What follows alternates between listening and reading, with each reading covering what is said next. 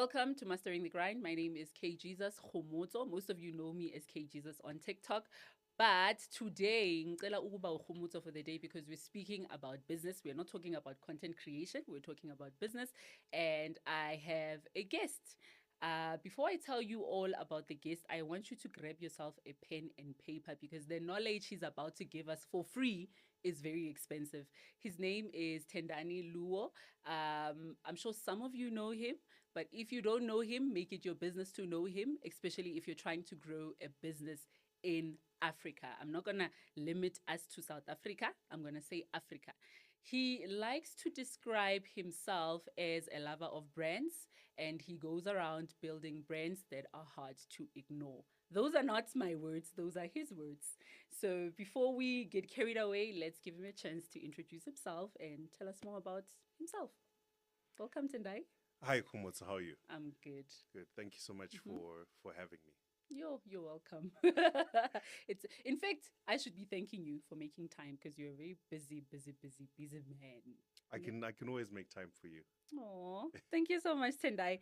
So before we get into the hardcore questions, I came across your content on TikTok, and I loved the pieces of content that you did that were talking about notes to yourself. Yeah. I believe it's when, as individuals, we will write things to ourselves just as a reminder. ukuthi sibuyaphi, siyaphi. So, as Tendai, what inspired the notes to yourself content? Yeah, that's an interesting way to start it off.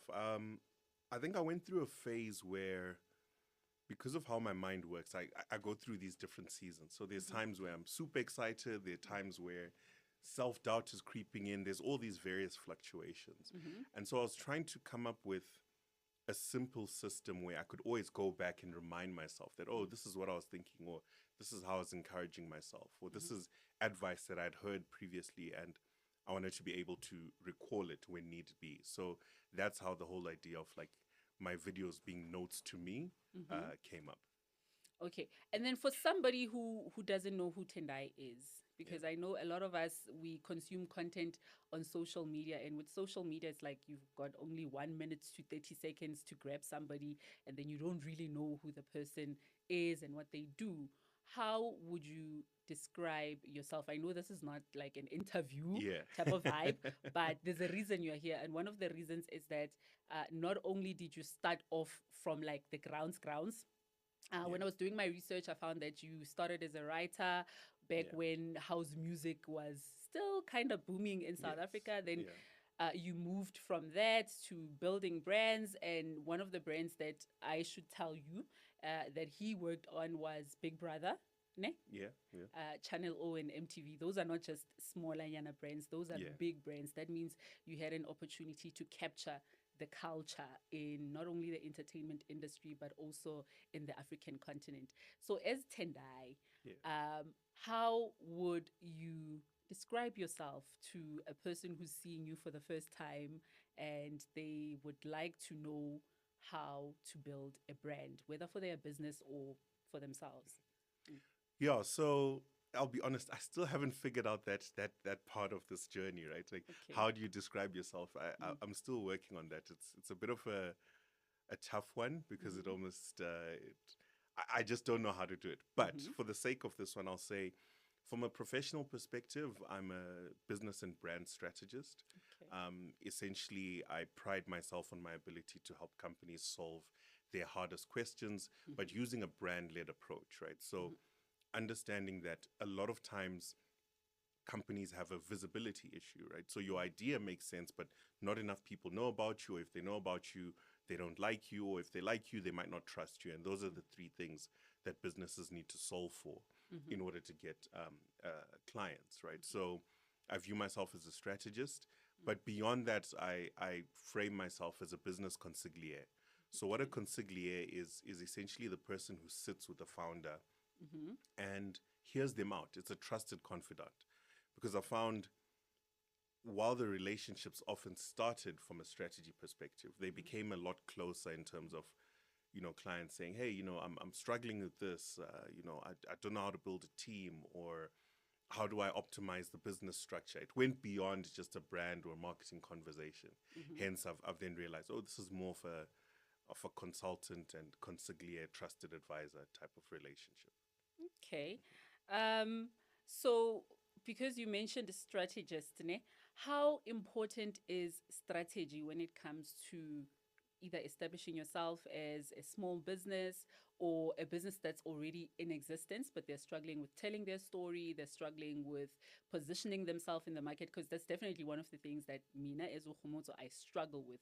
I would have this brilliant idea, brilliant product to offer, but because I'm not able to articulate myself as a person who comes from Ikasi, I struggle with articulating what the product is and how I should go about it.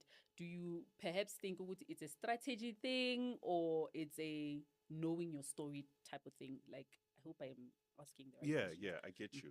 So I think in essence it could be one of many things, but the beauty of a strategy is it gives you a direction, right? So I like to think of strategy as the ultimate destination. This is where we're trying to go. This is what we're trying to achieve. Where you then have room is strategy is we're trying to get from A to B, but there's different paths to get there. The mistake people make is they say, okay, we're trying to get from A to B, but then they change B to C, and then they move it to D. There's all sorts of these various moving parts, right? Whereas if you're a little bit more clear on, okay, this is the final outcome, you can then give yourself room to change and pivot from a tactical perspective, but always stay resolute in sticking to your strategy. Stay true to what the end goal is. Okay. Speaking about strategy again, I just remembered something. When it comes to you, you started your own company, but that's after you worked for other people, ne? Correct, yeah. And then one of the companies that stood out for me was eBed Press. Your Yes. company called Yeah. Bad Press, and you pivoted from that to where you are now. Yeah. What informed the pivoting? Did you maybe experience a lot of failures, or you had just decided to go to, okay, now I've done this. Now it's time for a new chapter. Was it part of your strategy from Bed Press to David and Langton? Is it David and Yeah, Langton? correct, yeah. No. Yeah. I thought I had it wrong. Yeah. Was it part of your strategy to pivot from that to where you currently are? Yeah, so one of in perhaps being young and naive, right? I became an entrepreneur very early in my 20s. Right? And it's perhaps because a lot of people in my family were entrepreneurs. My grandfather was an entrepreneur, my father was an entrepreneur. So I come from that environment. However, I say I was naive because I hadn't learned enough. I think I definitely feel I jumped the gun too soon. Statistically, they say you should actually your best years to be an entrepreneur are your 40s. Really? Right. Yes. Oh, I'm still on time. You have plenty of time. And the rationale is simple. It's that once you reach your 40s, particularly like 42, 45, you've built enough social capital and also personal capital to ensure the success of this thing. So you now know enough people. Your peers are also in positions of influence. Whereas when you start a business in your 20s, one, you probably don't have capital. Two, your peers, your social network, these are people who, even if they wanted to give you work, they can't give you work. So you'll phone your friend, hey, I've started this thing, help me out. And like, yo, show me, I'm also an intern. Like, I'm not a decision maker. So I went through that struggle. But in terms of the rebrand, it essentially came from, in my 20s, I was a lot more of an artistic person, right? Yeah. So think of the typical kid you'd see in Bramfontein. Yeah. Thrifted clothes, a Huma Segela type of hat. Yeah. That was the vibe, right? I was very artsy.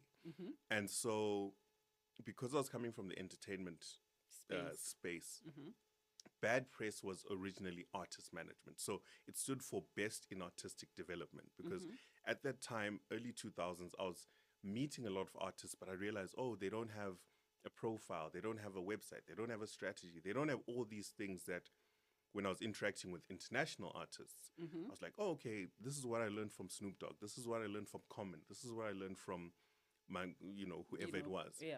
Why are we not doing this as African artists? Why are we not doing this as South African artists, Botswana or Zimbabwean artists? So that was the original idea. But it wasn't well structured for the market. So if you went to an artist and said, "Hey, pay me $2,000 and I'll help you with your strategy," they're like, "I'm not sure." I mean, Ish. at that time, I remember there was a lot of stuff where like makeup artists were like, "Mang Mang owes me 500 Yay. rand. They didn't pay me for for my face beat." So Yeah. I was sitting and say, "Okay, the makeup artists aren't being paid. The stylists aren't being It's not paid. being paid. Am I gonna get paid? Mm. I'm not sure." And then was like, okay, maybe I should do this for corporates. Ooh, okay. So when we look at the culture now, ne, in terms of the artist, I know you've left that space, Yeah. but when we look at the current upcoming artists that most of us we literally give an opportunity to by just hearing a sound on TikTok and then we jump Yeah. on the challenge, what are the things that they can use from the old school to make sure that they not only build like one hit wonder type of careers, Yeah. they actually get to the level where Tyler is at the current stage. Looking at the culture now, the culture is okay. You drop a song, put it on TikTok, people dance to it, and then after Lapo, you don't have good management, you don't read your contracts, you don't know what you're doing, you're just taking gigs left, right, and center, you don't even know where your money is going to. Yeah. So when you look at that kind of culture that we still currently have, what is the one key thing that you would give to an upcoming artist for them to look out for and to also grow within their space and career? So I think if you're an upcoming artist, the first thing you need to accept is that technical skill does not equate to entrepreneurial skill. So just because you're good as an artist, it doesn't mean you're good as a Business. yeah, Yeah. right? Once you accept that, you then open yourself up to collaboration. Understand that there's not a single artist who you see who is big who has achieved that by themselves. The artists who make it big are the ones who sit and say, okay, fine, I'm going to need a good legal partner in this thing. I'm going to need a good manager. And even manager is such a broad spectrum of activities. You have your road manager, who's the person in charge of you when you're going to perform. You have your business manager, who's going out and looking for sponsorship and looking for deals and, you know. So build a team around yourself. Don't think you can do it by yourself. And also don't default to friends and relatives being that team, Okay, you know, why not?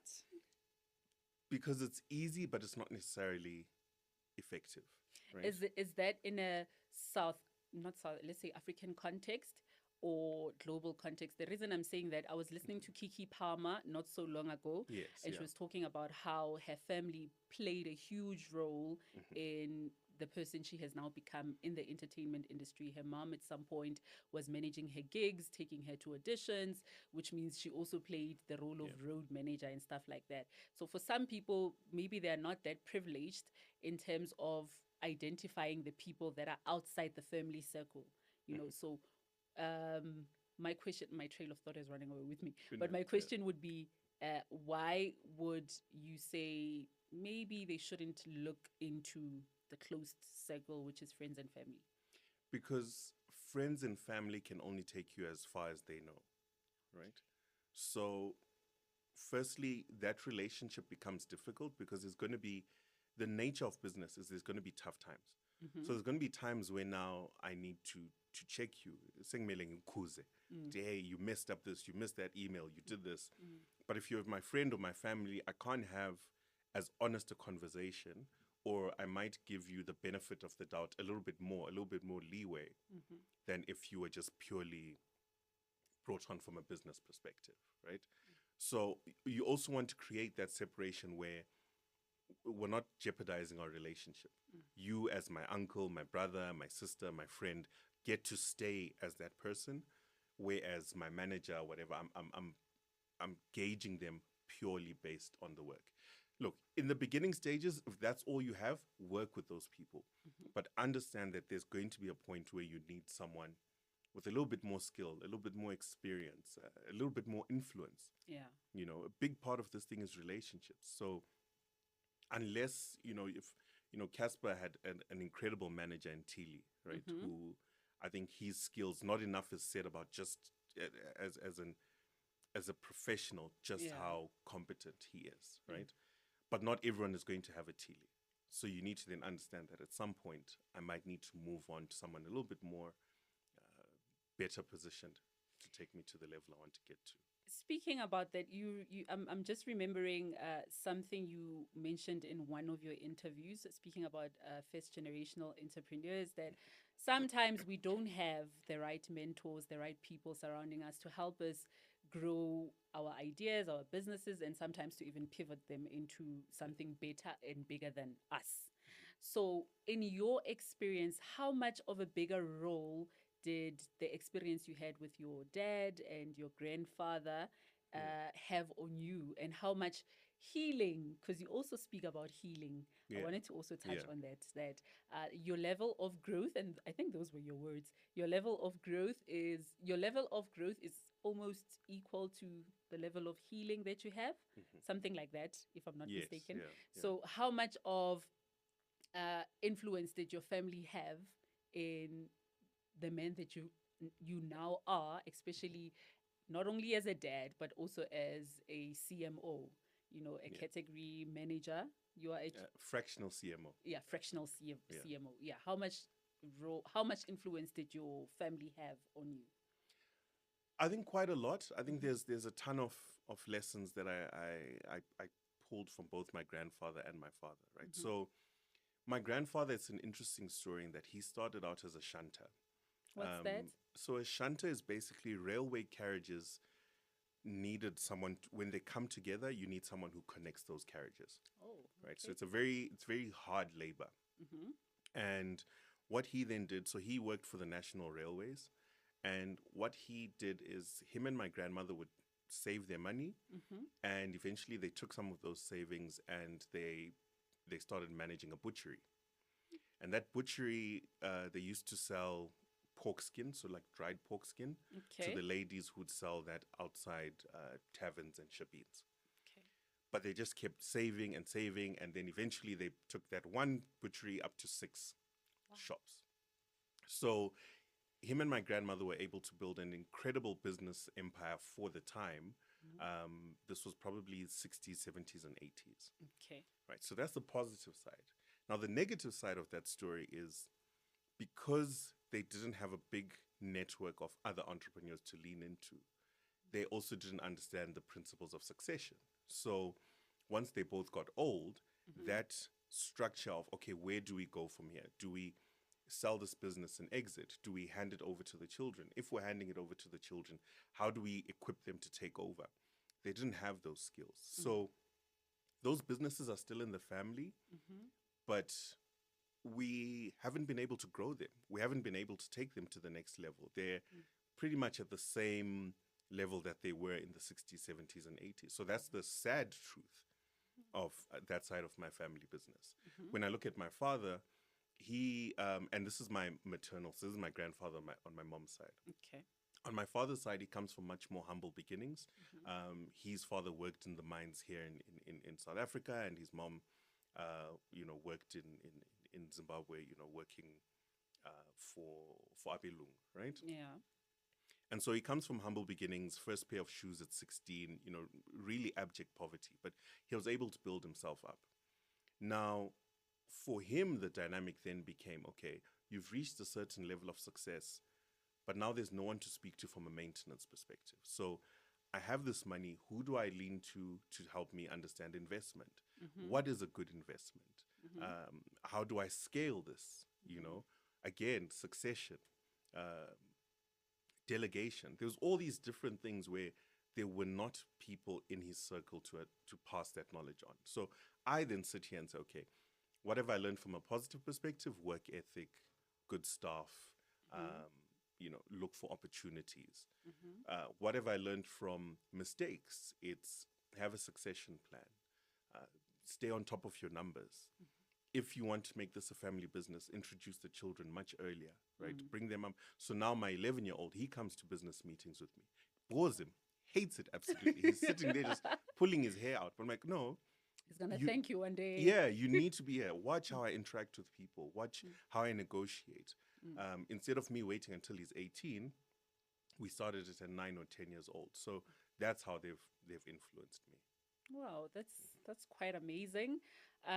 Considering Minangbuya Katlehong, as we spoke earlier on, and I do see a lot of young individuals that are really trying, like selling kotas, amaguinya, but for the past 5, 6, 7 years, that's all they're doing. They're not growing. They are not maybe growing brands, supplying bigger stores. They're still where they were 5 years ago.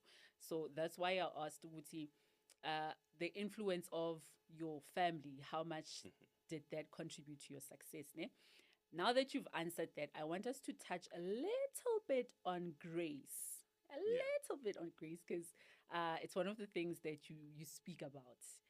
Having grace not only towards yourself, but understanding where you are. I believe, hence, also your notes to yourself, that that part of your content. So when it comes to grace, how much grace did you give yourself from the Tendai that you were 20 years ago to the Tendai that you are now? Not enough.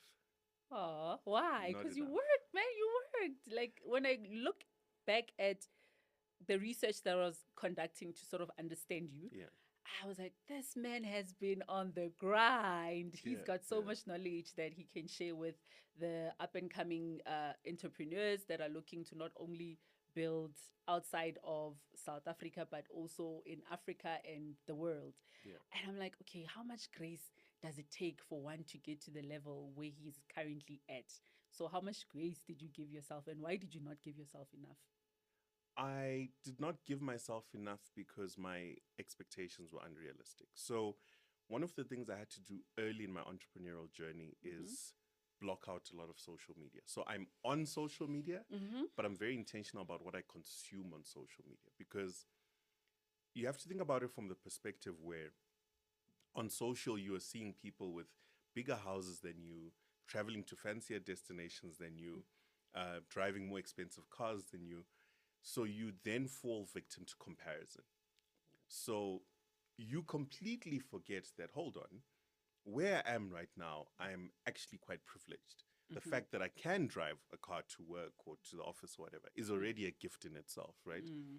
You are simply saying, oh, but that guy's got a G Wagon, right? Or, wow, their house is in an estate. Or you're going through all these levels of comparison. So I struggled with that for a lot.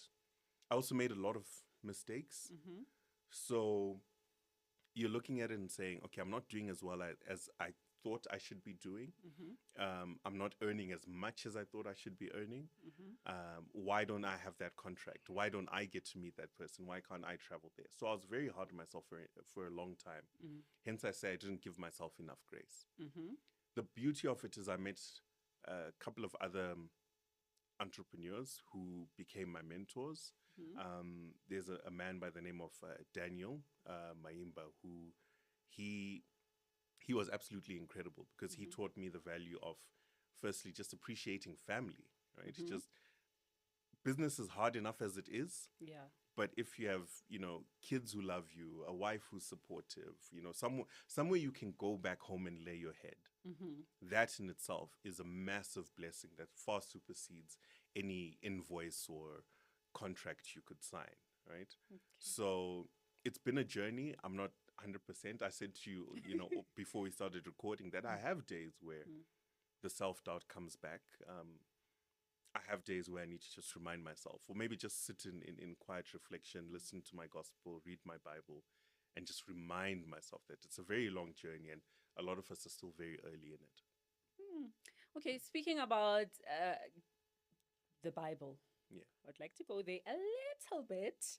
How much of an influence did it have in building not only your mental, I don't want to say positivity, there's something about you, and I want to pick that part about you in your brain. Ne?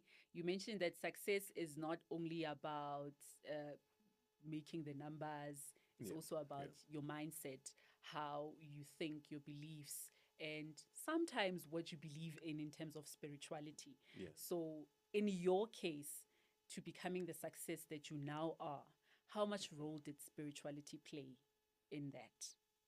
I think it's a large portion. Mm-hmm. I think if it wasn't for the word, if it wasn't for my spiritual grounding, if it wasn't for, a mother who taught me the importance of praying, Mm-hmm. I don't think I'd have been able to achieve Mm-hmm. a fraction of this. I don't think I would have been able to stomach the tough seasons. Mm-hmm. I largely look at the Bible as one of the best business books you could ever read because there's just so much there. Mm-hmm. Particularly if you read it with intention, Mm-hmm. there's just so much you can continue to extract and learn from. So I owe pretty much everything to spirituality. Spirituality. Yeah. That's a beautiful way to look at, because some of us we only visit the Bible when shubile baba. Now you are trying to hear from God and you're like, hey, my guy, you are quiet. So that's quite amazing. And thank you so much, Nate and I. One last. I don't want it to end so soon though. There's something you mentioned that I wanted us to actually touch on Yes. before you mentioned as someone who lives in Katlehong, you see Yeah. a lot of these young entrepreneurs with Mm-hmm. these businesses that you feel they're not growing. Mm-hmm. I think that is the truth for a lot of young entrepreneurs Mm-hmm. and old, Mm-hmm. and it's not something that's unique to South Africa. I think it's largely a continental problem, Yeah. and I feel part of how we solve that is collaboration. Mm-hmm. So I think from a society perspective, the one issue we have, and quite frankly, as Abantu Bamnyama, is we don't collaborate enough, right? So if Mm. I'm selling, uh, you know, amaquinya in the morning, Mm-hmm. maybe I'm selling what, 100, 150, Yeah. right? If I'm selling a plate, so pap and meat or whatever, maybe I'm selling 50 plates or, Mm-hmm. I'm sure they know what those numbers look like. Yeah. What we tend to neglect is if five of us come together, Mm-hmm.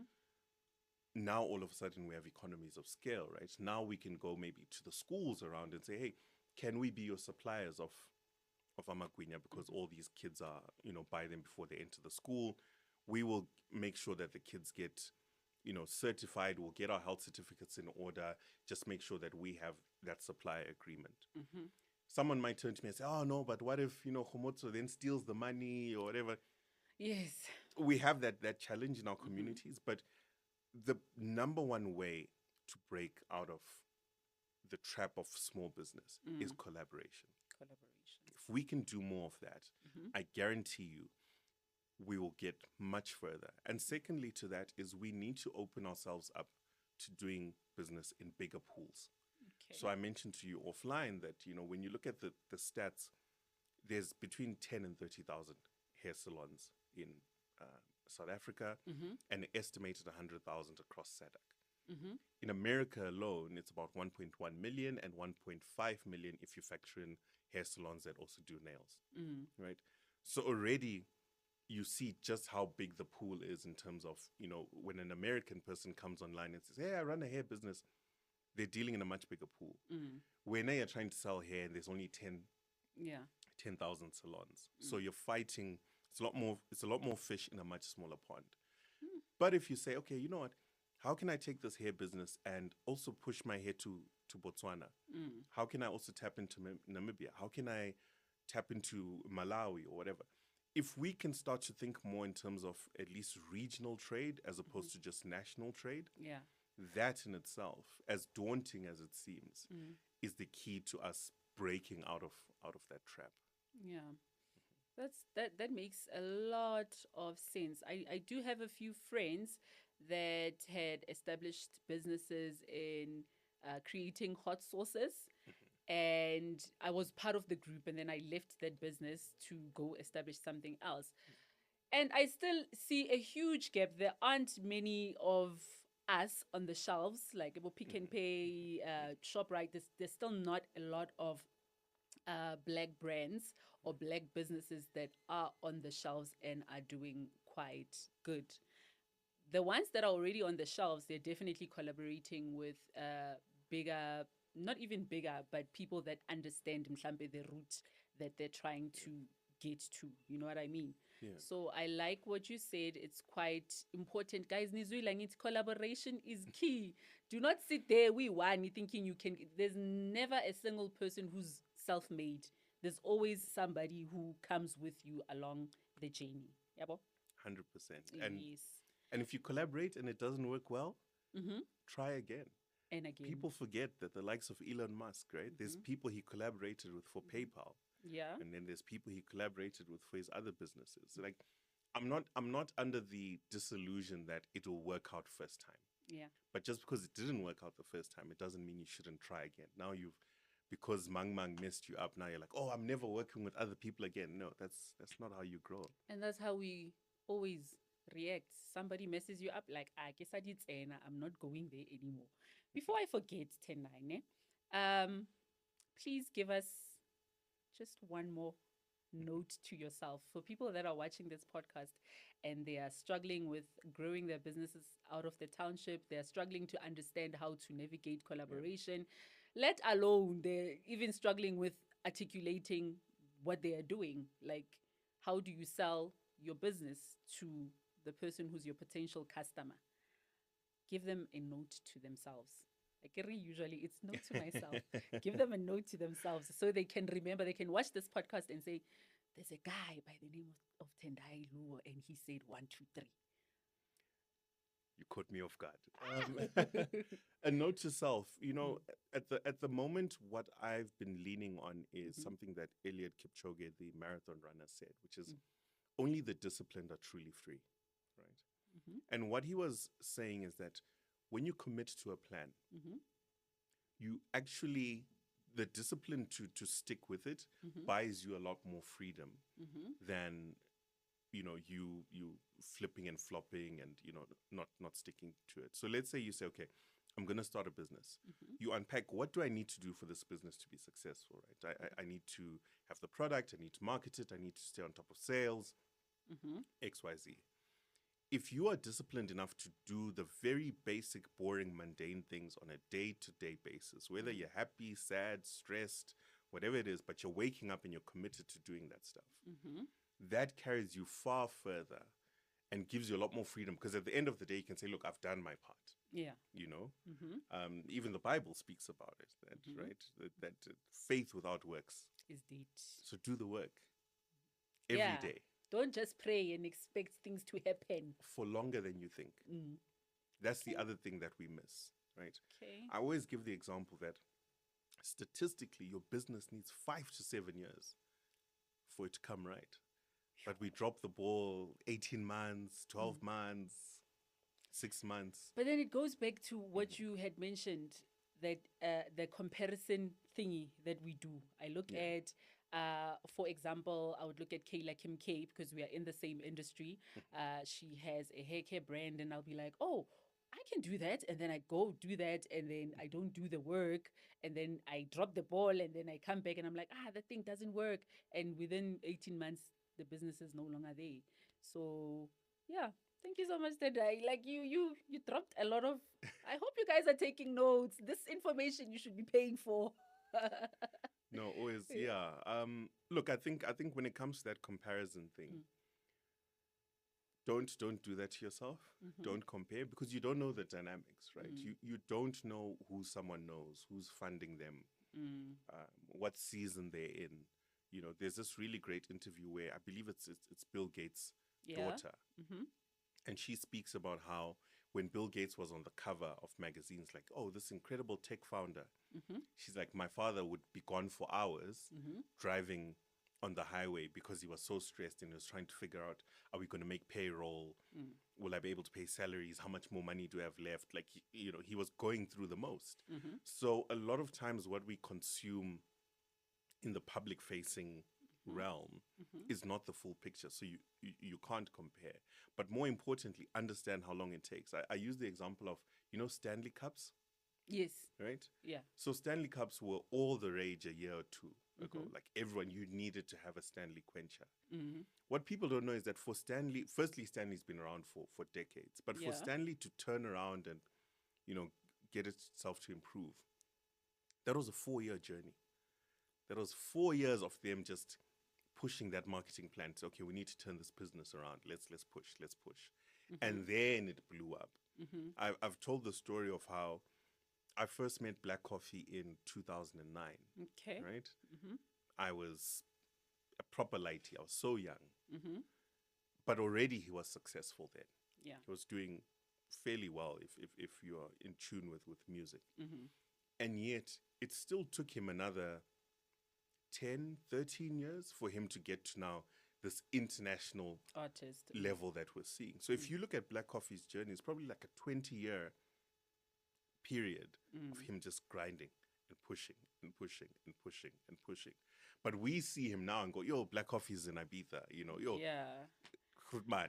But we ignore just how long it took him to get there. So, in essence, you need a bit of patience. In fact, not a bit, a lot of patience. A lot. A You lot need more than you think. a lot more. Wow. Okay. Before we close, what is the one thing, maybe two, that you didn't know when you were younger, going into the world of business, that you know now, especially when it comes to handling clients, customer service, and yeah, we did touch on marketing, the difference between marketing and branding. Like, what is the Yeah. one thing or two things that you know that you would tell to Tendai back then, or anybody who's watching and who's struggling to figure out, with, Yeah. okay, I've got the logo, I've got the slogan, but people are just not buying. Uh, okay, I'll give you two things, Okay. or maybe three, right? Yes. The first thing that I had to learn is that it's not my job to be affordable, Hey, right? please, please, before I interrupt you, it is not your job to be affordable, guys. Stop negotiating your prices. Okay, you can negotiate, but let's hear him out. I think that's the biggest disservice we do to ourselves, that Yes. you try and compete on price, right?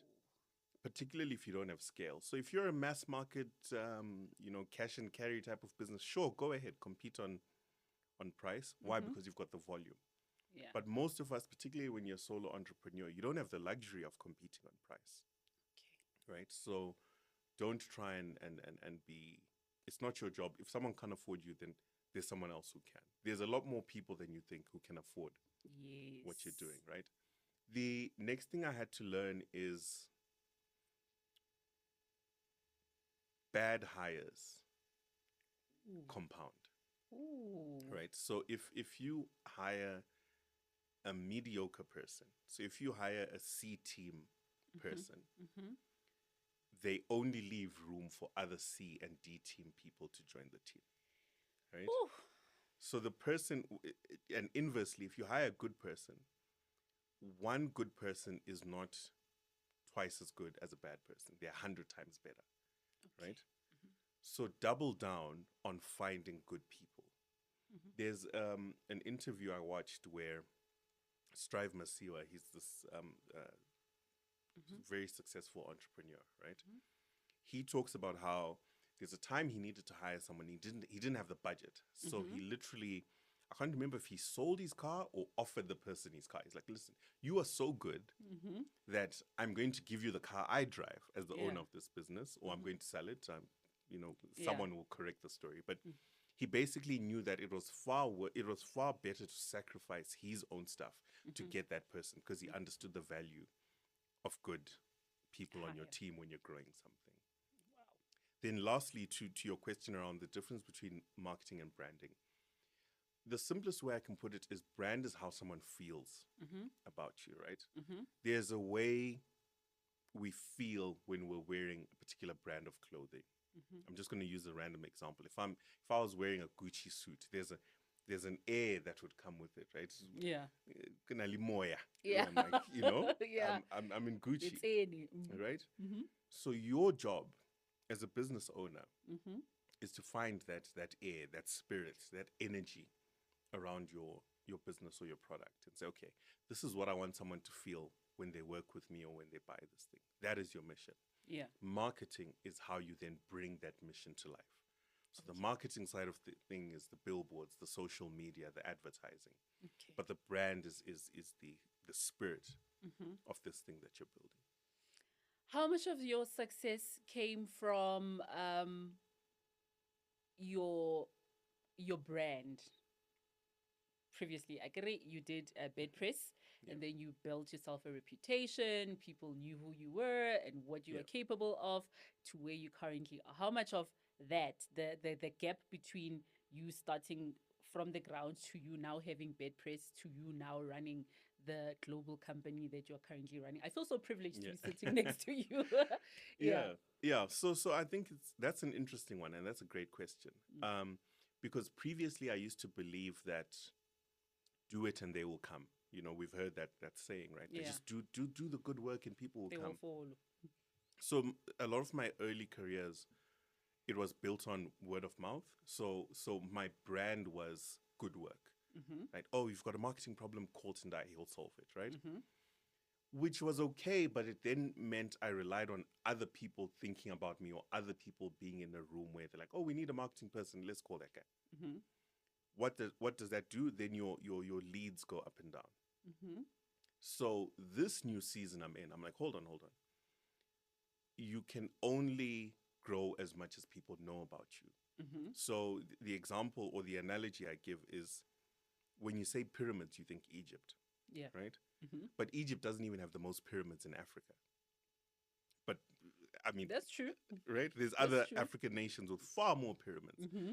But Egypt is probably the best branded country Place. Yeah. when it comes to pyramids. It's the same thing with you and your business. That like, are you the person who's best known for that thing? And you don't have to be famous. You just have to. So I always say you don't have to be well known. You just need to be known well. Before we close it, go with these questions, they keep coming. Speaking about being known and, being known for a particular thing, let's go to content creation. Yeah.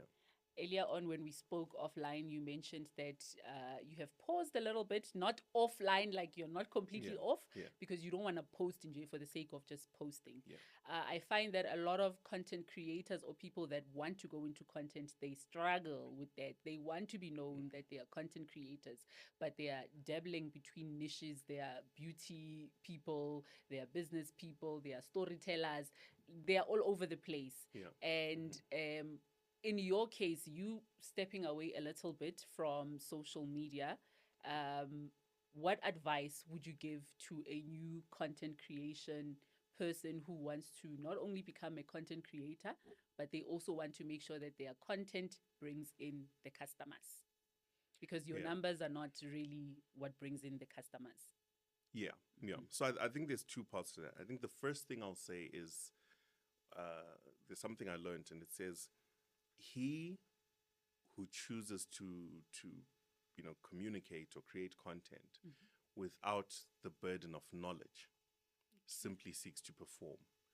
So what that basically means is if I come out here and I say, oh, I want to be a content creator, I want to talk about this, I want to talk about politics, I want to talk about whatever, but I'm not doing the hard work of then offline, I'm reading, I'm studying, I'm making sure I'm knowledgeable in what I'm talking about, all I'm looking to do is perform. I'm scamming people, right? Okay. So I stand by that quite deeply. Before I put anything out, I think it's imperative that I really sit on the topic and understand and do the research and try and ensure to the best of my ability that I'm not just talking for the sake of talking.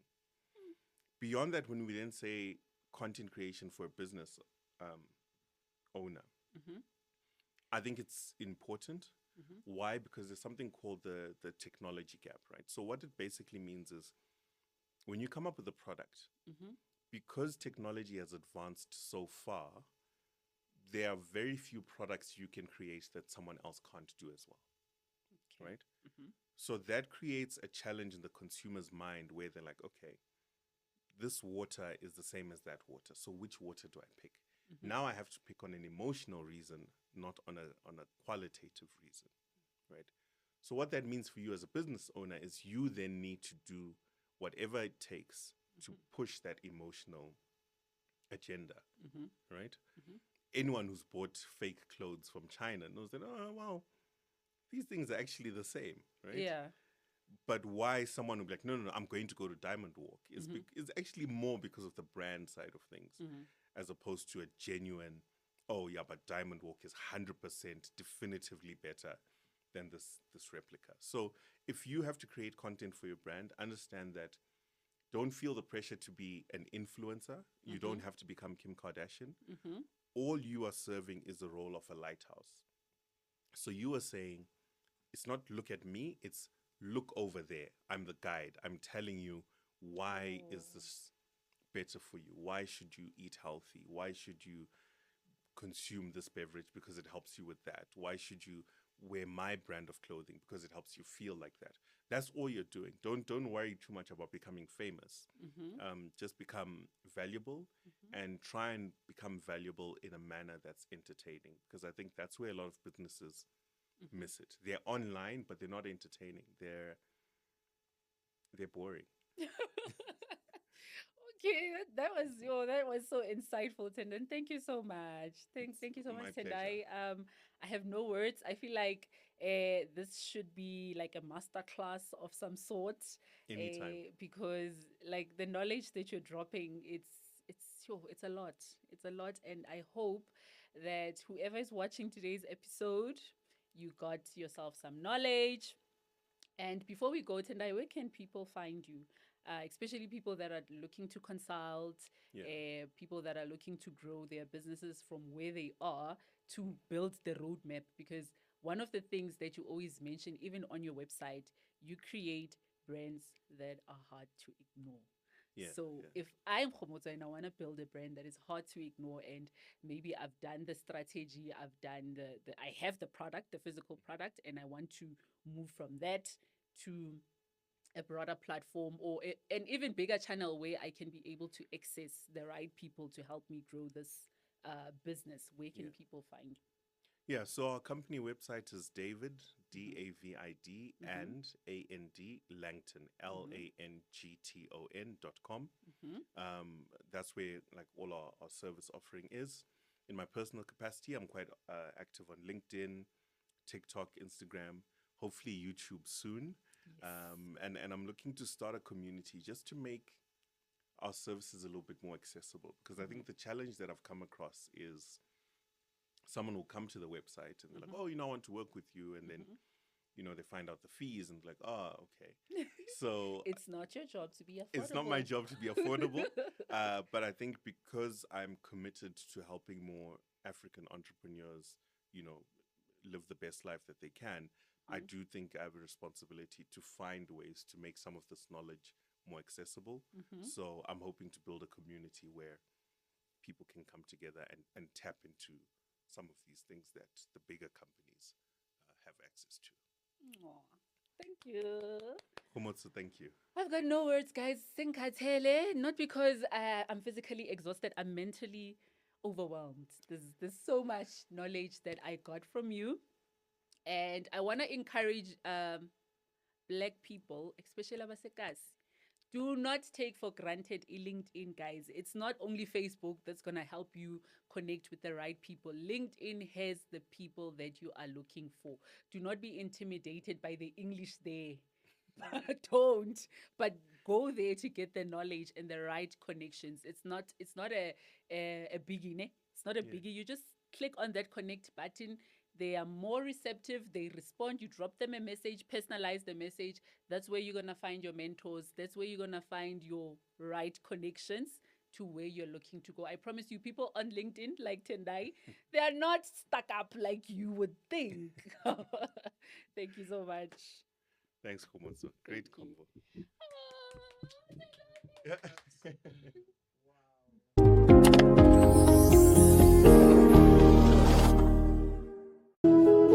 Yeah.